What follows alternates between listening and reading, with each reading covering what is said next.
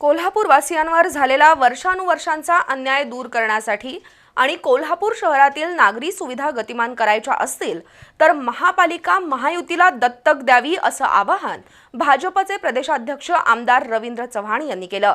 महायुतीच्या उमेदवारांना 50% जास्त मतदान होण्यासाठी बूथ लेवलवर मायक्रो प्लॅनिंग करणं गरजेचं आहे। त्याशिवाय मतदारांना केंद्र आणि राज्य शासनाच्या योजनांची वारंवार आठवण करून दिली पाहिजे। त्यासाठी कार्यकर्त्यांनी प्रयत्न करावेत असंही आमदार चव्हाण यांनी सांगितलं। कोल्हापुरात महायुतीच्या प्रचार शुभारंभ प्रसंगी ते बोलत होते। कोल्हापूर महानगरपालिकेच्या निवडणुकीसाठी महायुतीच्या प्रचाराचा शुभारंभ आज कोल्हापुरात मिरजकर तिकटी इथं झाला। भाजपचे प्रदेशाध्यक्ष आमदार रवींद्र चव्हाण यांच्यासह उच्च शिक्षण मंत्री चंद्रकांतदादा पाटील, पालकमंत्री प्रकाश आबिटकर, खासदार धनंजय महाडिक, आमदार राजेश क्षीरसागर, आमदार अमल महाडिक यांच्या प्रमुख उपस्थितीत कार्यक्रम झाला। राज्यभरातील महापालिकेत युतीच्या 70 जागा बिनविरोध निवडून आल्या आहेत असं खासदार धनंजय महाडिक यांनी सांगितलं। विकासावर निवडणूक अवलंबून असते, पण कोल्हापुरात वेगळं चित्र पाहायला मिळतंय। माजी पालकमंत्री विकासाबद्दल बोलत नाहीत तर ते प्रत्येक निवडणुकीत वेगळी टॅगलाईन आणून लोकांना फसवण्याचं काम करतात, पण यावेळी लोक फसणार नाहीत असं सांगून खासदार महाडिक यांनी केंद्र आणि राज्य शासनानं गेल्या 11 वर्षात केलेल्या विकास कामांचा आढावा घेतला। गेल्या 2.5 वर्षातील महापालिकेच्या कारभाराचा पंचनामा करावा अशी मागणी माजी पालकमंत्र्यांनी केली, पण 15 वर्ष सत्ता असणाऱ्या त्यांच्या कारकिर्दीचाच पंचनामा करावा लागेल असं महाडिक यांनी सांगितलं। माजी पालकमंत्र्यांनी एकतरी प्रकल्प कोल्हापूरसाठी आणला का ते जाहीर करावं। कोल्हापूरला स्मार्ट आणि हायटेक सिटी बनवण्यासाठी महायुतीला निवडून द्या असं आवाहन खासदार महाडिक यांनी केलं। ज्यांनी नुसत्या थापा मारल्या त्यांनी कोल्हापूरकरांना नुसती आश्वासनं दिली, पण महायुतीनं कन्व्हेन्शन सेंटर आणलं। IT पार्कचं काम अंतिम टप्प्यात आलंय। महापालिकेत महायुतीला संधी मिळाली तर कोल्हापूरचा कायापालट करून दाखवू असं आमदार राजेश क्षीरसागर यांनी सांगितलं। तर चांगल्या विकासाचा अजेंडा घेऊन महायुती मतदारांपर्यंत जात आहे। अनेक वर्षांचा खंडपीठाचा प्रश्न मार्गी लावला। राजकारण नाही तर विकास कामं करण्यासाठी महायुती काम करत आहे असं पालकमंत्री प्रकाश आबिटकर यांनी सांगितलं। केंद्र आणि राज्य शासनानं केलेल्या कामाची माहिती नामदार चंद्रकांतदादा पाटील यांनी दिली। कोल्हापूर महापालिका स्थापन झाल्यापासून भाजपला कधीच सत्ता मिळाली नाही।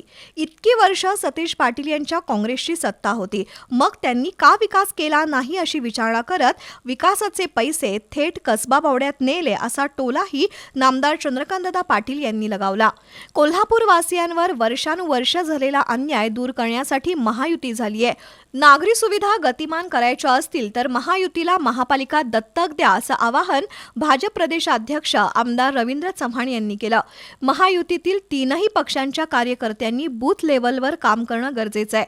50% पेक्षा जास्त मतदान महायुतीला होण्यासाठी मायक्रो प्लॅनिंग करावं लागणार आहे असं आमदार चव्हाण यांनी सांगितलं।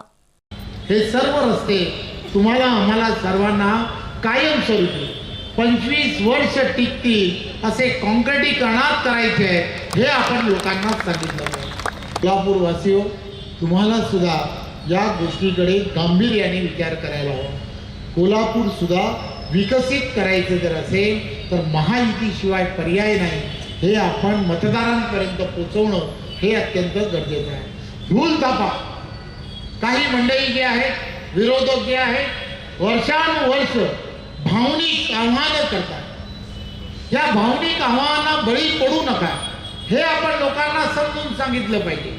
आपण लक्षात घ्या, ही सर्व मंडळी विकास करणार म्हणून सांगतात, परंतु विकास ते कसा करू शकतात?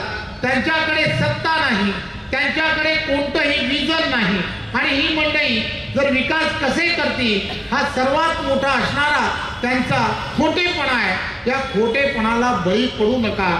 भावनिक आवाहनाला बळी न पडता शहरवासियांनी विकासाचा चेहरा असलेल्या महायुतीच्या उमेदवारांना निवडून दिलं पाहिजे।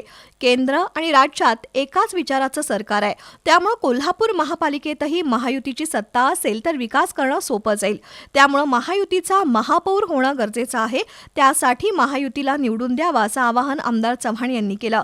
यावेळी महेश जाधव, विजय जाधव, सत्यजित कदम, आदिल फरास, कृष्णराज महाडिक, प्राध्यापक जयंत पाटील, सुनील कदम यांच्यासह भाजपचे पदाधिकारी आणि उमेदवार उपस्थित होते।